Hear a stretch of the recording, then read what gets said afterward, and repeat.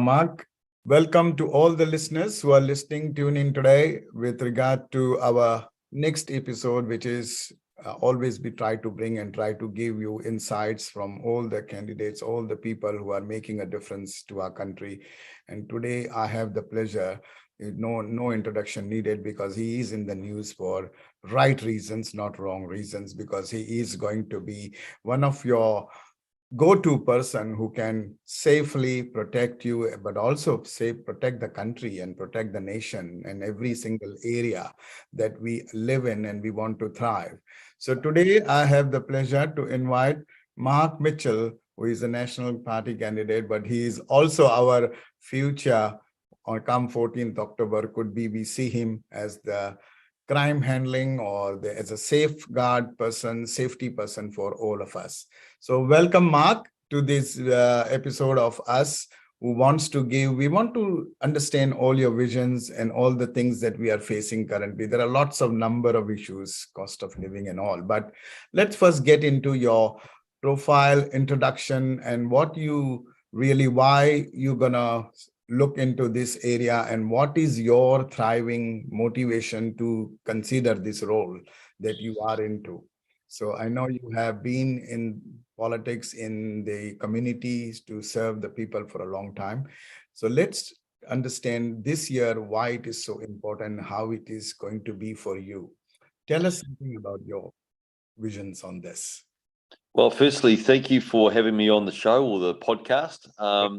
And thank you for the very kind introduction. I should be taking you around the country to do my introductions for me. Absolutely. I will be happy to do that. It's great being on the show, and look, and thank you. Well, and thank you for the opportunity. I always welcome it in terms of being able to talk to as many people as we can. I mean, when you talk about vision, I just think for us as Kiwis, you know, we're built on that Kiwi sort of number 8 wire approach to the world, where we find solutions, we're problem solvers, we're hard workers, and I think that's been a big part of what's created our reputation overseas and globally. I think that certainly our business owners, our entrepreneurs, the people that are working hard to sort of grow our economy, they, in my view, they run on a couple of things. One is energy, and one is confidence. And I think that in the last 3 or 4 years, and the sort of what this government has created is a situation where, you know, a lot of our business owners are sort of, the energy is low because they're fighting day to day, worrying about cash flow. They're worrying about do they have the employees that are going to turn up today to actually support the business. And they're worried about the future and looking into the future and thinking, you know, what next piece of compliance or red tape or regulation is going to be put on us, what barriers are we going to have to knock out of the way. And, you know, especially our small and medium-sized businesses, they're often running on tight margins. There's not a lot of wiggle room. And so the one thing that a government should do is actually help them with a bit of that energy and a bit of that confidence in terms of they're being backed. If they're willing to put up some risk capital, if they're willing to have a go, if they're willing to create some jobs, if they're willing to try and carve out their own business, we should support that. A government should be supporting that and allowing them to make that happen. And I know in the Indian community, I mean, you're packed full of entrepreneurs and business people and people that work hard, and they've been on the front lines, especially around crime, in terms of bearing the brunt of this terrible increase in violent retail crime that we've seen over the last 6 years. Absolutely. I think you said very well, because we do businesses, they put number of hours is quite long of their time in a day. So they are already sacrificing their number of hours and the time that they put in. And then they are also, as you rightly said, they work on a very tight margin in spite of putting those many hours. So safeguarding safety and, you know, thriving, and they contribute to the economy.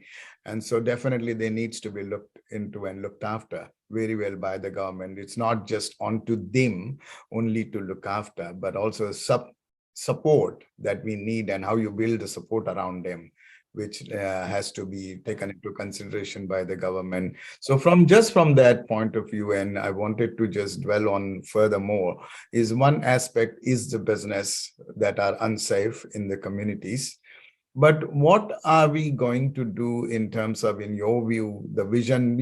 Before few years ago or many years ago, we used to have police stations everywhere, every suburb, and most of the communities, they were handled and managed by the police stations. But it seems like the police stations have been reduced, or the number of manpower is reduced. What, according to you, is more needed and the pressing needed after looking at all this situation that we are into? Well, fundamentally, what's needed is you need a presence back on the streets again. So, I was lucky enough to have a 14-year policing career myself, and I started that in Auckland. And the first job I had was as a beat constable in around the CBD. I absolutely loved it. You have a lot of contact with the public. You get to know and build relationships and friendships with the shop owners and the retailers. You get to understand and know who the offenders are in the area and what the trends are and where the crime's occurring. You take ownership of the area that you're responsible for. And I think this is just good basic policing, and we've got to get back to that. And so my expectation would see a lot more resource focused and channeled back onto the front line with beat police officers back out, highly visible, building those relationships. And I think that is a very, very effective way of policing. So philosophically, that's my view. If I was an incoming police minister post October 14. Look, the police, without a doubt, their resources, although you keep hearing the government talking about 1,800 extra police, it was actually 1,530.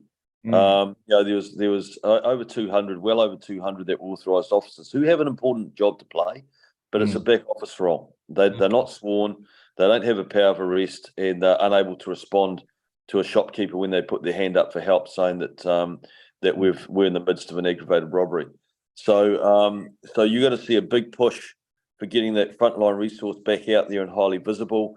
Bearing in mind that the reason why they're being under so much pressure is because you've had a 33% increase in violent crime, 41% increase in victimisations, and over 500% increase in ram raids and aggravated robberies.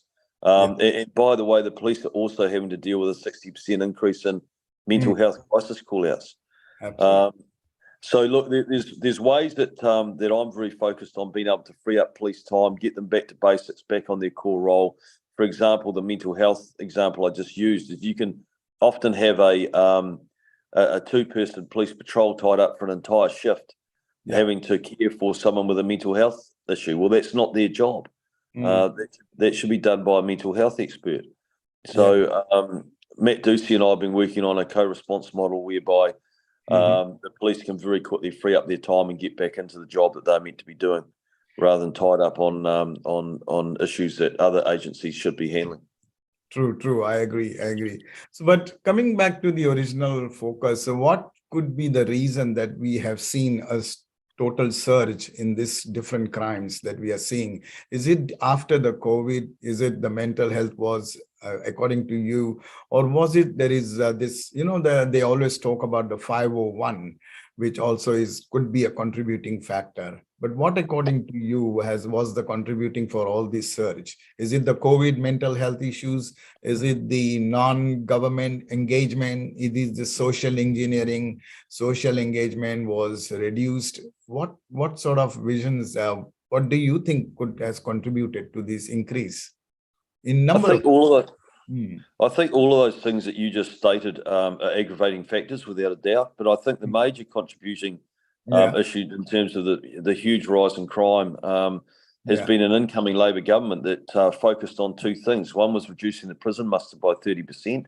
whilst at the same time having no plan to keep public safety at the centre of our criminal justice system. And the second one was that they repealed the only tough piece of sentencing law that we had, and that was the three strikes legislation, which, by the way, we're going to bring back, but we're just going to bring it back stronger and better than what it was. And what they've created a very permissive environment in which adult gangs can operate in which we've seen a massive increase in youth and juvenile serious violent offending, because quite simply there has not been the consequences sitting along the seriousness of the offending.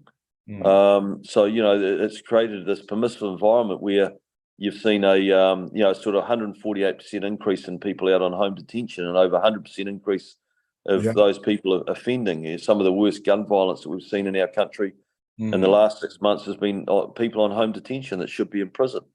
You've seen a huge increase in Sure. failing to stop for police because of the policies that were put in place. So, when you know that you're not going to be caught, and for those failing to stop for police, there's only ever about 14% of them that were ever caught or action taken against. It has fueled this sort of culture of impunity, where these offenders feel like they can just go out and do what they want. Yeah. So there are two things which comes to my mind. One is we have noticed that there is a lot of younger ones who are making this simple, silly crime or silly mistakes in their life. That's one aspect I could identify that.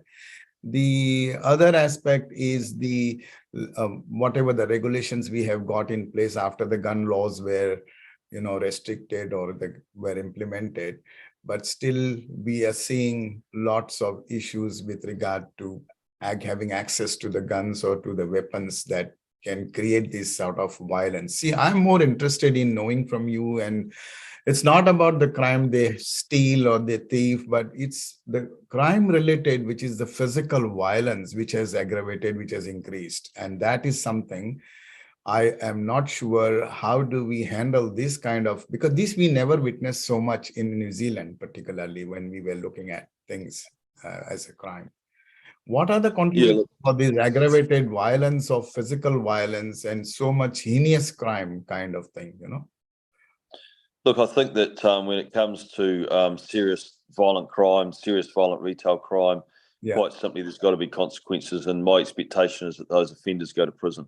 There's got to be serious consequences now to sort of restate the fact that we are not going to put up with, and we are not going to accept the fact that that our retail owners have been attacked, that their staff have been attacked, that their customers have been attacked, that our shops are bristling with fog cannons and bollards, and shopkeepers having to lock themselves in cages. And this is not the New Zealand that we want. Absolutely. This is not the New Zealand that people came here to settle, make a contribution, raise their families, and be proud Kiwis. And so we've got a lot of work to do to start to turn that around and reset. And a big part of that is quite simply consequences. I agree. So yes, that is so. I know this is a tough job, but this is a job where everybody wants to or avoids, but you have taken this responsibility. So I really, really appreciate that. To all the listeners, as you can see, it is not that simple, but it is also not that hard to resolve. When you are tough in your mind, you can do it. So this is what we are going to uncover more things from Mark.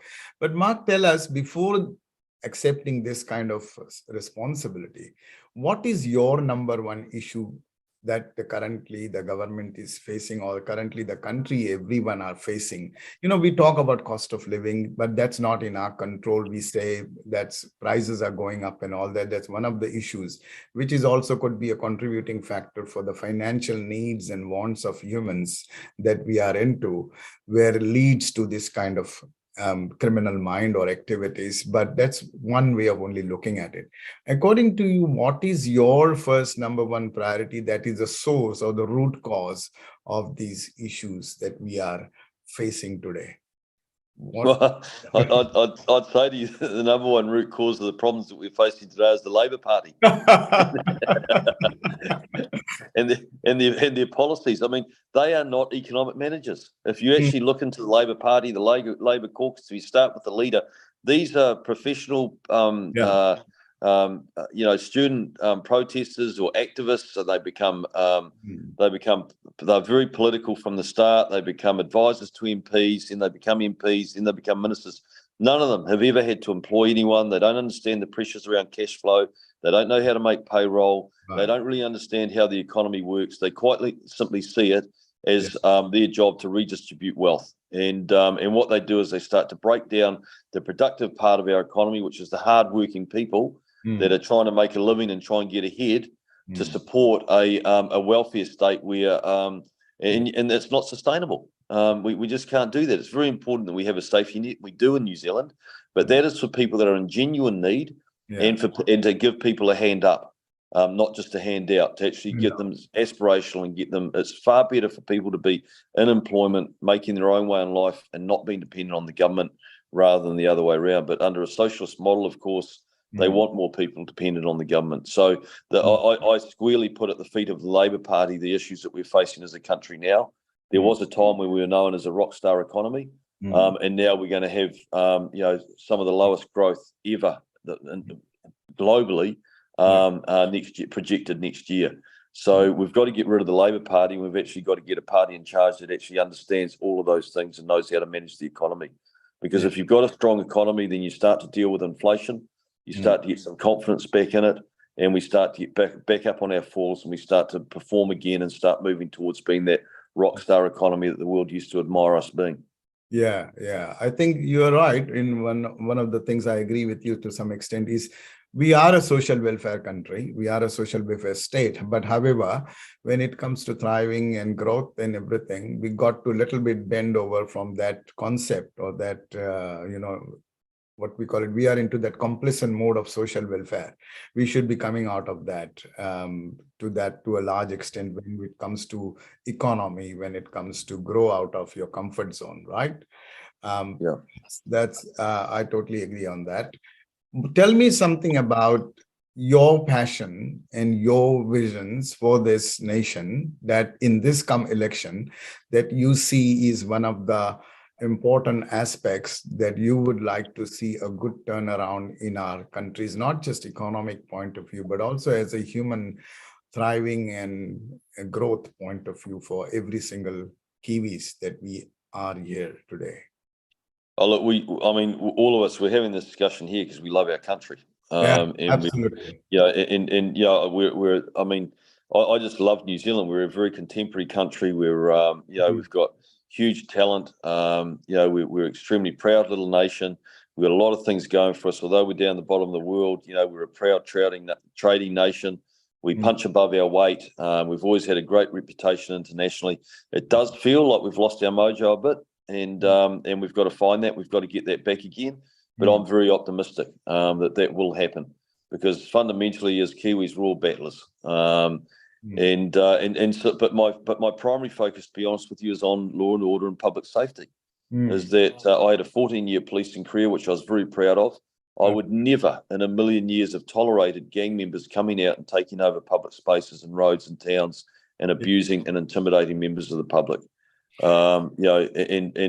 So we've got to get on top of this problem. We've got to get on top of we've got to allow our shopkeepers to be able to wake up in the morning and be energized about going to work without going to work being fearful of what's going to come through the front door and what do they have to deal with for both them and their employers and their customers.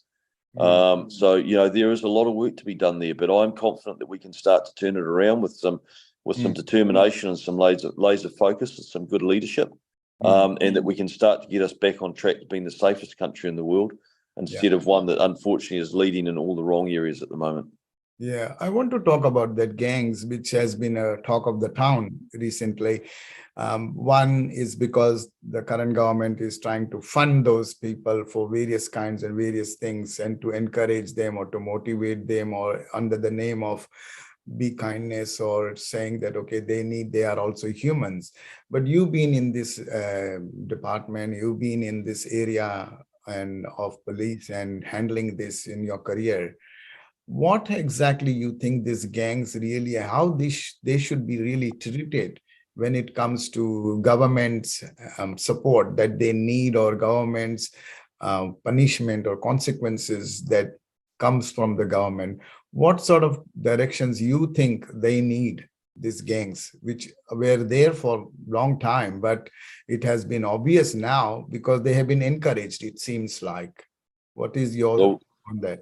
Well, in my view, we've never been brave enough to actually tackle the gang problem in this country properly. And look, gangs should not be receiving any taxpayer funding at all. That payment to the mongrel mob in the Hawke's Bay of $2.7 million was a complete travesty. That's taxpayers' money, and it was very demotivating for the local police to see the gangs receiving that sort of government support. Look, it's really simple with the gangs is that they are organised criminal groups. They peddle meth. They use standover tactics. They're violent. They're nothing but a negative force in our communities. There's a long trail of victims that sort of follow along behind them.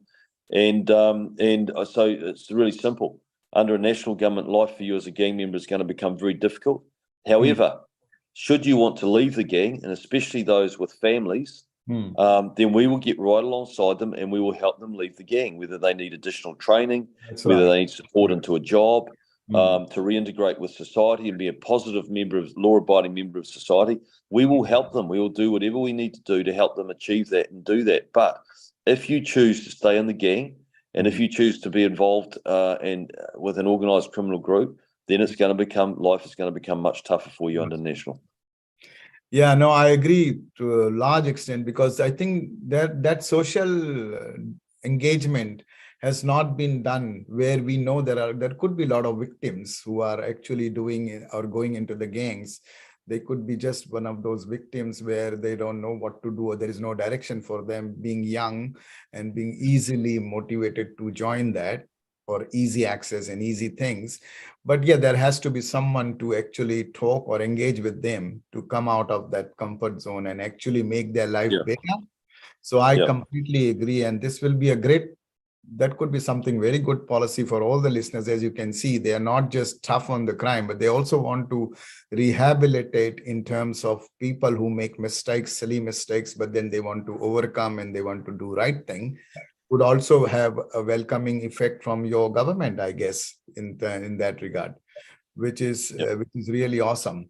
So coming to the other areas of what the pressing needs, apart from the crime, the gangs, and also the types and activities of crimes, different types of crime that we are seeing. But how do these youngsters or young kids, one of the parties saying that we could put them into the prison for a long time and we can train them, and then we can bring them back once they have trained, because they are very young, they don't know what to do, so they need that guidance, as you said as well. Coming on that, what would you say? Labor says that we want to reduce the prison, but someone says that, okay, we want to increase the prison terms for those kids and then only come back or bring back into the community after a certain skills has been developed.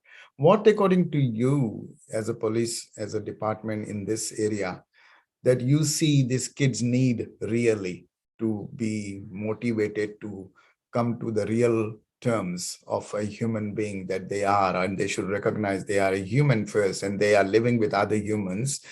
What's your view on these youngsters? What would be your thing to handle these youngsters? The way these two other parties are handling currently is not working, obviously. Young people need positive adult role models and mentors in their lives that teach them good set of values and morals and the meaning of hard work and honesty, and that's what's a big part of what's missing in these young people's lives. And there needs to be parental responsibility, and parents need to be held to account where they can be held to account. A lot of these family situations are complex.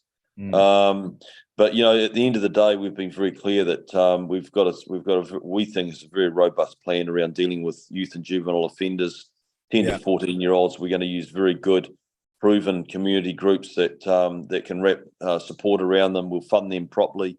We'll use strict supervision orders and electronic monitoring to know exactly where they are, so they're not actually out in the community. Not only is a 12-year-old a danger to the community, they're a danger themselves too. And we've said that we'd stand up our military academies for 15 to 17-year-olds that'll run for 12 months. It's defence-led, police mentors, MSD, community groups involved, private sector involved with job fairs.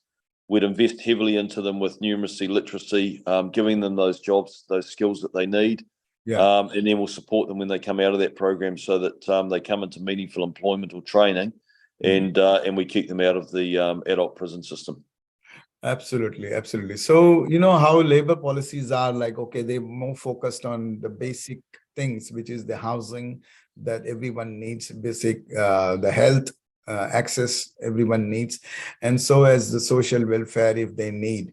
These are always been the basic factors of the labor. But in terms of your views, that if a kid or if a young doesn't have a house, if a young doesn't have an access to the medicals, as you said rightly, they need mentors, they need guidance, because we come up also from a background where our parents took care of us. So we need those kind of mentors and good parents or good co-parents to handle these kids.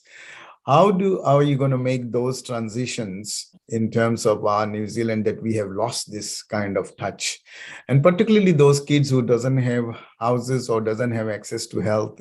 Do you think that's also one of the contributing factor that leading to this type of crimes, basically, for Yeah. this? Yeah, people in lower socioeconomic situations Yeah. always find it harder and tougher, and there's barriers there without a doubt. And look, very simply, these are very complex issues that have been around, through generations. Yeah. Quite simply, with our social investment model, which is the cornerstone of our belief in the National Party, is quite simply using the data and the information and partnering with government and the private sector and communities to identify where is the best place to make an intervention in a person's life, where is the best place to make an investment in terms of financial investment into a person to give them the best possible chance of taking advantage of the opportunities that our country has. Now, that's a very simplistic, high-level type statement, but effectively, that social investment, we believe, is the tool that we need to use to be able to make those deep changes socially and intergenerationally. And Nicola Willis is taking the lead on that for us. I'm just looking at the time. I do have another. Yeah, we will finish very soon. Just another 5 minutes. Is that? Yeah, sorry, I hate to rush things, but I've got, as you can imagine, the campaign. I can understand. Just the final kind of thing I would like to then to give us a good message to our listeners who would listening, that yes, the crime is number one issue apart from the cost of living and all, but to thrive, we need to survive. To survive, we need to be safe. To be safe, we need this good management of crimes, but also good management of handling the whole activity that we are currently. What is your final message to the listeners who are listening, that what you will bring from your visions to the New Zealand, to all the Kiwis, no matter which space they are in? I just think it's for crime. It's just very simple. Is that if you walk into a corner dairy, you walk into a Michael Hill Jewelers and commit an aggravated robbery or a ram raid, then there's going to be serious consequences for that. We are putting our law-abiding Kiwis and certainly victims back at the centre of our criminal justice system. And there's going to be some tough medicine coming, but that's the right thing to do, because we have to recorrect what's happened over the last 6 years, and that is a criminal group within our country that feel like they can operate with impunity. Yeah, thank you very much, Mark. But that was great insights. And so all the listeners, you can see we are going to expect a lot of tough. So you please go out there and have your vote also casted quite expressively, rather than sitting home. Don't sit home, because that's what your chance to get more protection from the minister that we are going to be having in the future on 14th October come.